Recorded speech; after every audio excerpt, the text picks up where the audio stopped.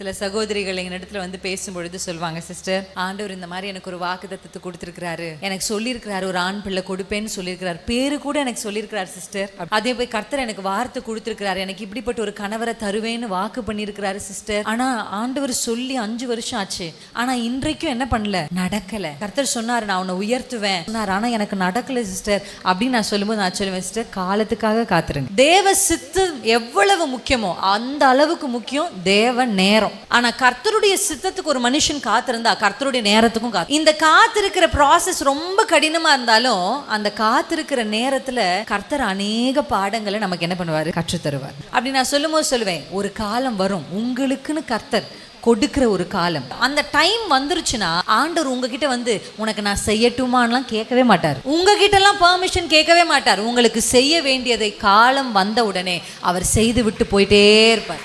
ஹல்லேலூயா.